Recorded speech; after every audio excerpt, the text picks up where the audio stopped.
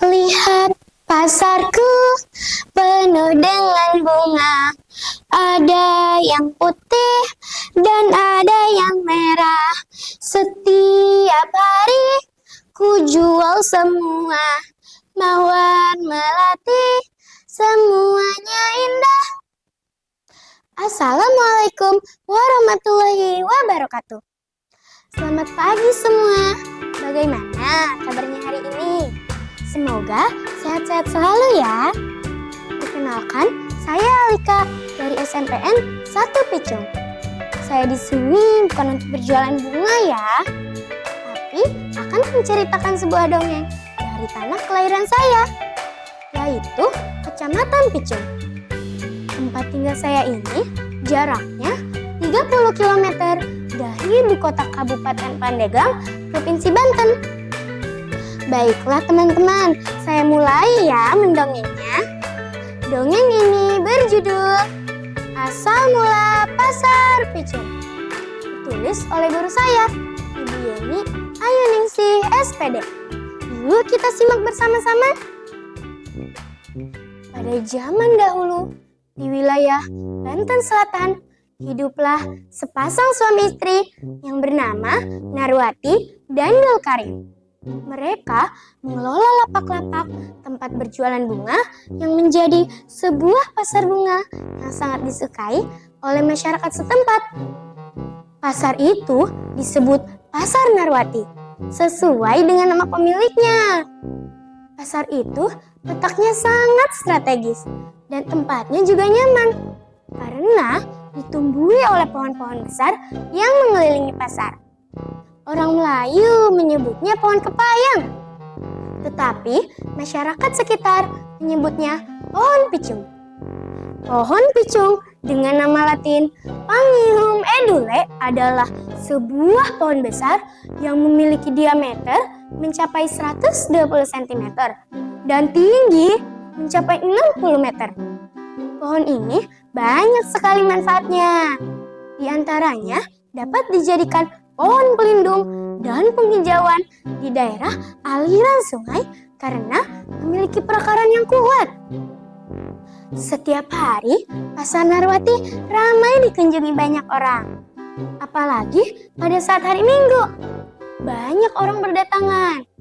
Terutama para remaja yang menyukai bunga sebagai penghias rambut dan pengadem tubuh. Bunga, bunga, siapa yang mau beli bunga? Silakan dipilih. Ayo Neng, dipilih bunganya. Ih, seger-seger loh. Sini. Pada suatu hari, Sinah dan Enjoh, dua orang gadis yang biasa bermain di pasar itu, mereka sedang asik memilih bunga. Tiba-tiba mereka dikejutkan oleh suara yang jatuh dari atas.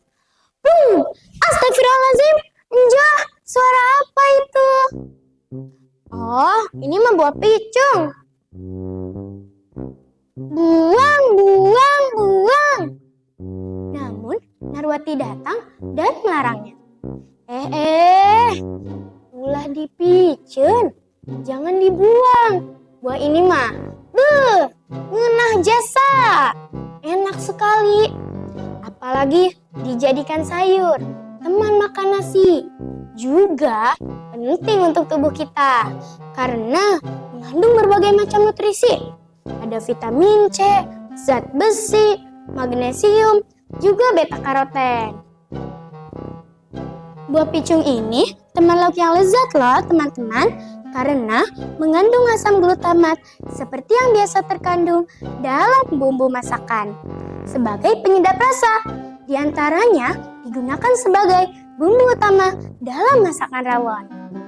Rebus dulu daging buah picung itu selama 1 jam, Enjoh. Terus peram dengan abu dan tanah selama 50 hari supaya racunnya hilang. Pedagang ikan di tempat kami juga menggunakan daging buah picung itu sebagai pengawet ikan mentah. Kami menyebutnya ikan picungan. Kalau nenek buyutku dulu memanfaatkan daun pohon picung sebagai obat cacing alami teman-teman. Wah, sungguh beruntung ya daerah kita diberkahi oleh tumbuhnya pohon picung. Kita patut bersyukur ya teman-teman. Sinah dan Enjoh pun mencoba mengolah buah picung. Dan sejak saat itu, masyarakat mulai mencari dan mengolah buah picung. Ada yang dikonsumsi sendiri, ada juga yang dijual, hingga tersebar ke seluruh penjuru.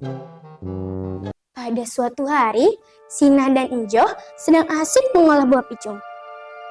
Tiba-tiba mereka dikejutkan oleh suara seperti orang yang sedang menebang pohon. Srek, srok, srek, srok, srek, srok, trak tak tak tak brung, trak tak tak tak brung. Mereka pun menghampirinya. Dan alangkah kagetnya mereka karena pasar Narwati sudah tidak ada.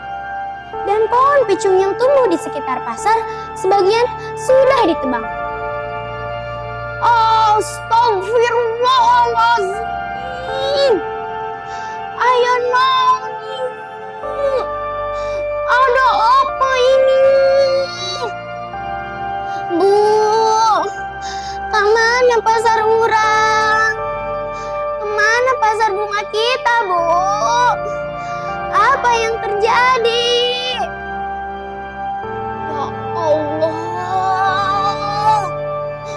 pohon picung, pohon picung, kenapa ditebang?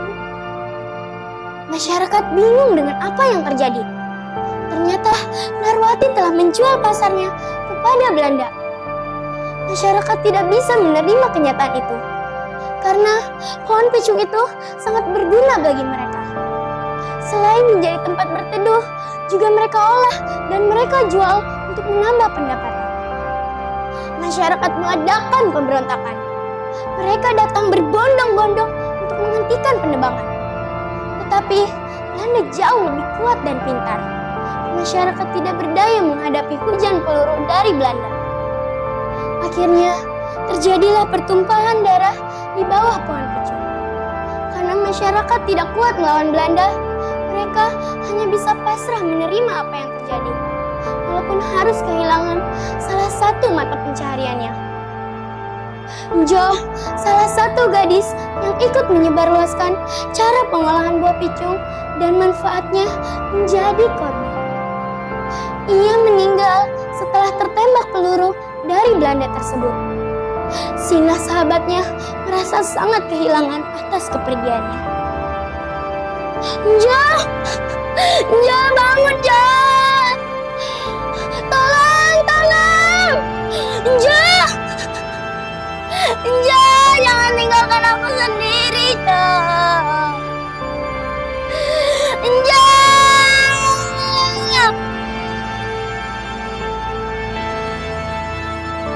Teman-teman, sejak peristiwa itu, Narwati tidak pernah terlihat lagi.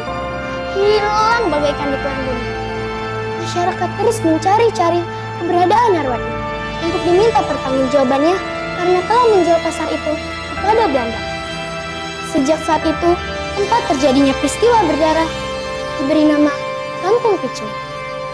Lama-kelamaan, setelah Belanda tidak lagi berkuasa, tempat itu diambil alih oleh pemerintah. Dan atas keinginan masyarakat, tempat itu dijadikan pasar kembali dan diberi nama Pasar Picung. Nah, teman-teman, demikianlah cerita asal mula Pasar Picung yang dapat saya sampaikan. Kemalakah berjalan sendiri? Ke pasar beli tenggiring. Saya Alika undur diri. Nilai yang besar ya, Dewan Budi. Terima kasih sudah menyimaknya. Wassalamualaikum warahmatullahi wabarakatuh. Salam literasi Indonesia.